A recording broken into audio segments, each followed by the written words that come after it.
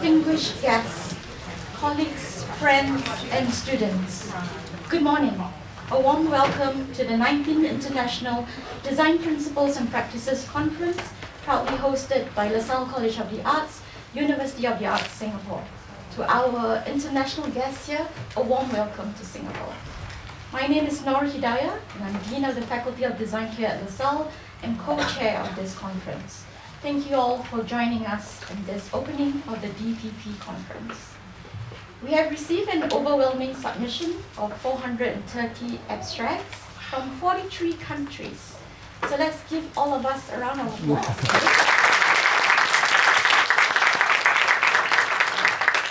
This 3-day conference promises different perspectives, insights, viewpoints to not only position design, but to explore the heart of what makes design impactful in a rapidly changing world. I'm sure we will all learn, unlearn, and relearn on the plural ways of design thinking and design making. We have an exciting lineup of plenary speakers, panels, and workshops that will inspire and challenge us to think differently about our work, and so I encourage you to connect, engage, and exchange ideas. It's through our collective experiences and contributions that we can foster meaningful change in our design practices and communities. To commemorate this special occasion, I would like to call upon our Deputy President and Provost of LaSalle, Dr. Venka Purushothaman, to address us. Provost, please.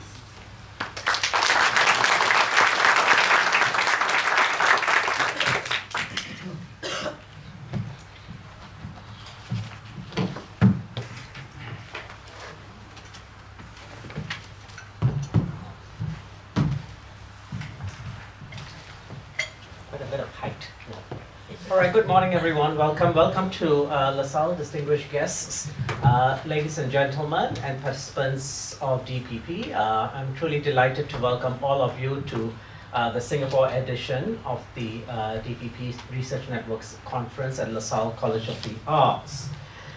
Let me begin at the end by thanking the network for the opportunity to host this annual conference at LaSalle. I'm also deeply grateful to the work of the LaSalle team led by Dean Hidayah, Lidya Chrisfens, and Jocelyn Sim for putting together a significant enterprise. So please join me in thanking them. So as Nor said, welcome to LaSalle. It's an institution that was founded on the principle that an arts education transforms both the soul of an individual and a nation. Its emphasis on interdisciplinary practice and global engagement, undergirded by an unavowed commitment to sustainability and care, deeply resonates with a young modern Singapore that is multicultural, multi-ethnic, and multilingual. We in Singapore are cradled by great civilizations and surrounded by a population base of about 670 million people, with a median age of 30 at the last count, with only 52% of the population living in urban centers, but having an internet market penetration of 70%.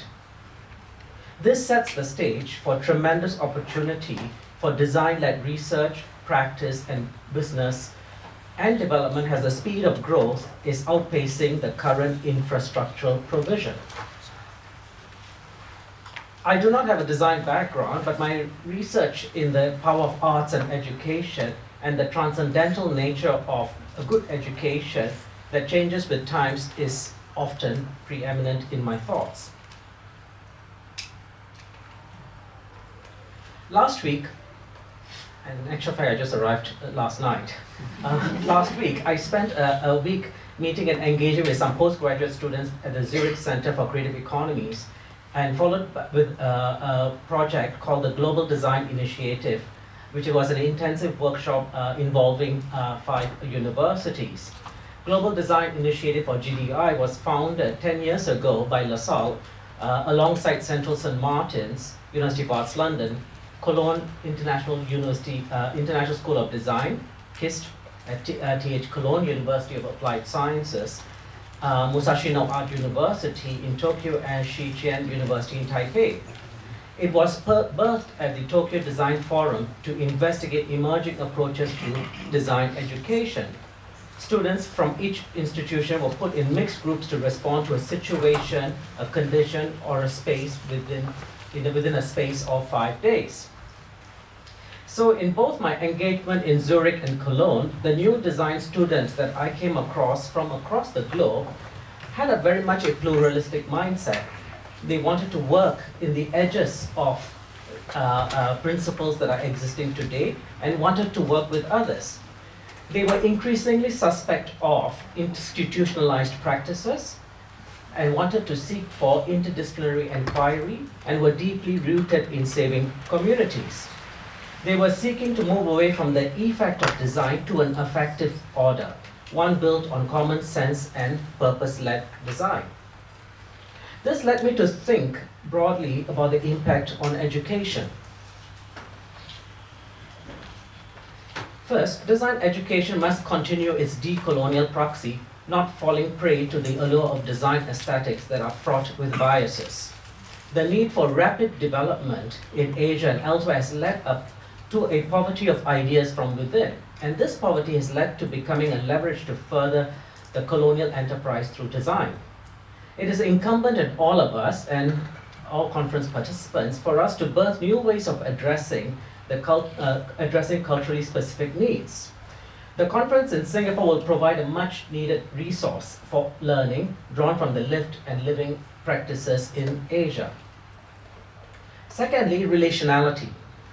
Relationality will increasingly become a key tenet of design practice. And I here draw relationality from my own interest in art and the emergence of relational aesthetics, where art is consciously shaped by participatory activities building on the energies of communities to co-create their living environments. It builds on the view that culture is not neutral, and this is very important to underscore, and the fact that art and design must be cognizant of its complicity. This moves from the high focus on the object-centric ideas of perfection to relational works that emphasizes meaning-making. And this is something that we do emphasize quite extensively in LaSalle, in our education, that meaning-making through the education they provide is fundamentally at the core of what a designer should be thinking about. Thirdly, and I'm sure that many of you will be talking about, is the fact that we are in the midst of AI and technology. AI and technology are becoming central themes of design epistemology. However, this must be balanced with critical thinking skills and contextual studies free of design jargon to enable students to make informed decisions, synthesize information, and sensibly navigate and apply new technologies. In this way, the future of education is one of balance, ensuring that graduates are prepared to shape their futures. More importantly, this enables a situated understanding of communities, their needs and desires in finding meaning through design. So it's a bit of a lengthy welcome. But in conclusion, recently I wrote a piece on arts education and culture, where I said that culture with a capital C today is knotted in complexities, pushed and pulled in all directions, celebrated yet obscured, freed yet datafied, safeguarded yet ignored, nurtured yet devoured. These multi-dimensional, multi-directional perspectives of culture are not informed by time-tested collective prosperity, but by the desire to capture the essence of living in the moment, what novelist James Joyce might deem Twitter litter. Be it a sense of self, community, economy, or nation, the push and pull levers are in full force and at all levels of society in both advanced and emerging economies, setting the stage for the contestation over information, technology, and the environment. We do live in a highly contested environment.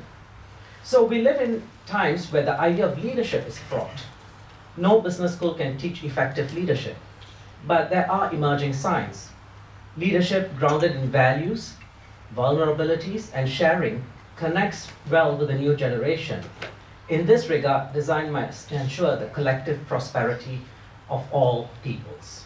Thank you, and I wish you a fabulous learning journey at this conference. Thank you.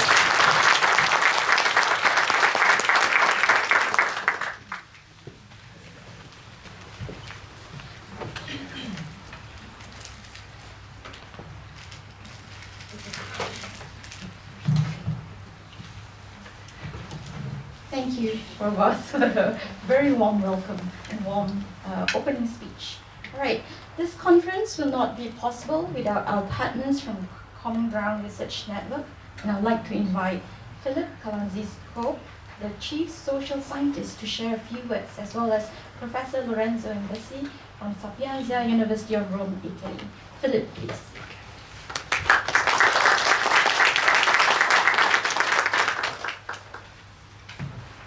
Okay. Good morning, everybody. Morning. I will avoid standing too tall for everybody, but it really is wonderful to be here. These planning conversations, these conceptual conversations are long conversations. This one began 2 years ago in Lisbon when Katya, who's right here, she was the host when we were there 2 years ago. I've got COVID years, 2 years ago. And one of the things that we said, which was really important, is if we're coming to Singapore, we want to know Singapore.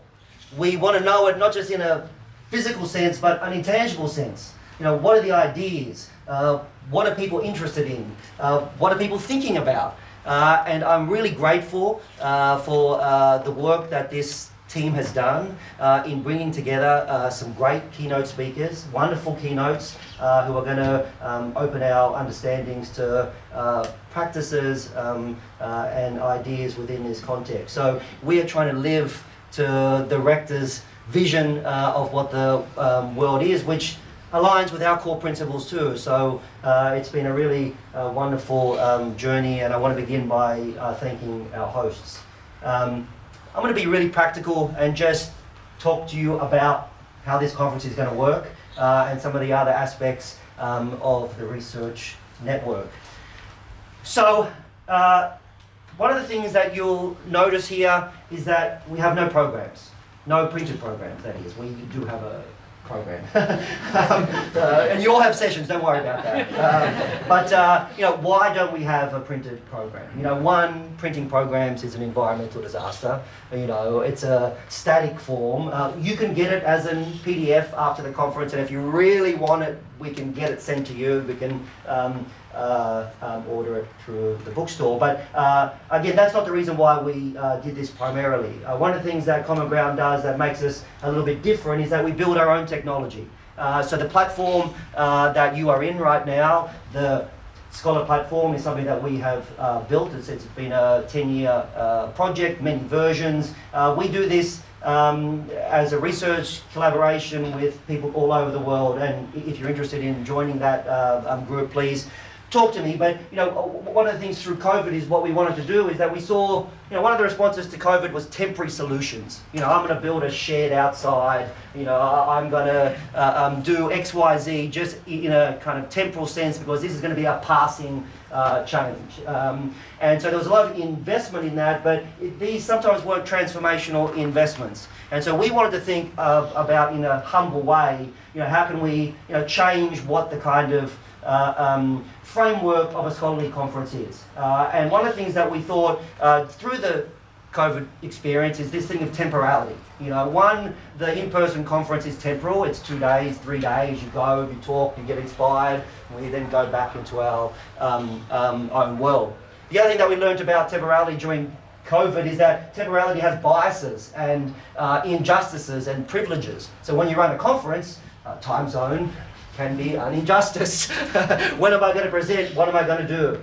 So when we thought about designing this platform, we kind of had those two frameworks in mind. And our solution was to think of the kind of conference online platform as a collective archive, right? So all of you have presentation pages.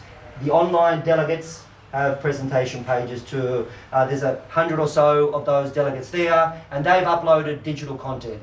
All that content is accessible asynchronously, right? So you can go watch the video, comment in there, and I want you to do it too. You can do it now, you can do it after the conference, and so then what we're doing then is building this kind of time capsule of what we have done and presented, and that's a resource that we want you to come back to. As part of your conference registration, you'll always be able to go back access that content, comment again, find, appear, and that way that the temporality of what we do is both, concrete, here is something that we did in the world, but also it's a conversation that can be ongoing.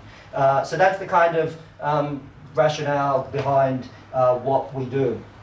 The other thing is that when we're in person, we want to do things a little bit different too. And so we have a wonderful case study, which is going to be on, what day is that? Thursday. Thursday, yes, where you can have a hands-on experience and in making, designing, and doing something together. And again, if you're coming in person, we just really want to make sure that we find ways for you to connect in different kinds of formats. One of those other formats which is really important to us is the talking circle. So you'll see after the opening, we have a range of talking circles. They're based on the themes of what we do. I encourage you just to choose one that best fits your area. And what you do is you go in there, introduce yourself, say where you've come from, what the kind of work you're doing, when you're presenting. And that's a really lovely way to connect thematically, practically, in a whole range of things. The other thing that's very important to us is to put emerging scholars in the front of the room and really provide a platform for people who are emerging. Emerging is an existential concept, by the way. It's not an age concept. I hope I'm still emerging to a certain degree. So this year's awardees, could you stand up, please? Yes, we'll give them a round of applause. Thank you so much. So we have an application process and we had a wonderful group this year and we're very happy to have you and thank you for all that you do. Other things about the conference, I'm just trying to think before I forget, but no, I think that's it. But the conference is only just one part of what we do. The other thing is that we have a wonderful collection of journals. We had a great year last year. The annual review is Q1 and all the other three are now Q2, which has been a great success, a lot of hard work.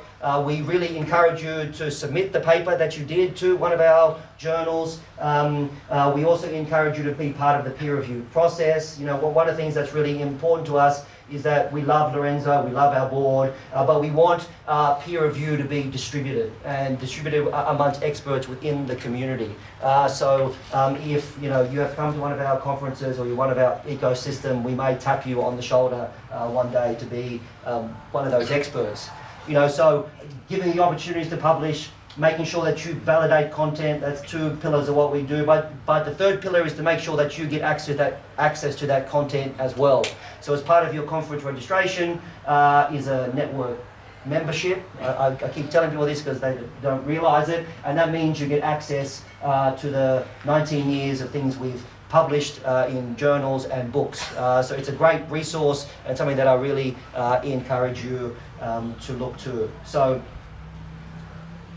I'm doing a session on publishing as well, just a general advice thing. We all need advice and help in this world, and so if you're interested in talking about that more, please come to that session. I think with that, that's about it. I really want to thank you all for being here. I appreciate all that you do. I want to thank our hosts again. It's a great honor to be here, and I'm now going to pass over to a friend and colleague. We've been doing this for a long time now, nearly 19 years. Yeah.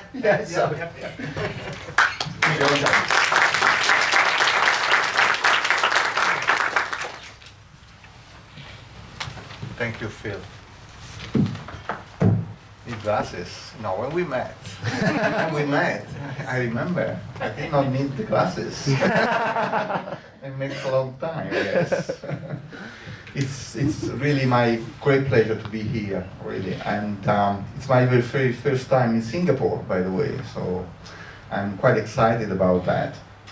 And it's a great honor to welcome you, all of you, to this year 2025 Design Principle Practices on thinking, learning, doing plural ways of design.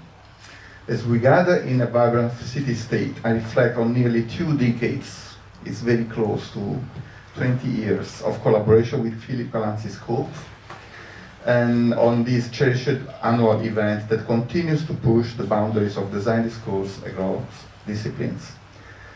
Again, my very first time to Singapore. Singapore represents an ideal setting for our exploration of plural design pathways. If you had a tour in the city already, you could see really how much this city is embodying both technology, tradition, innovation, and it's a city which is pretty much looking forward.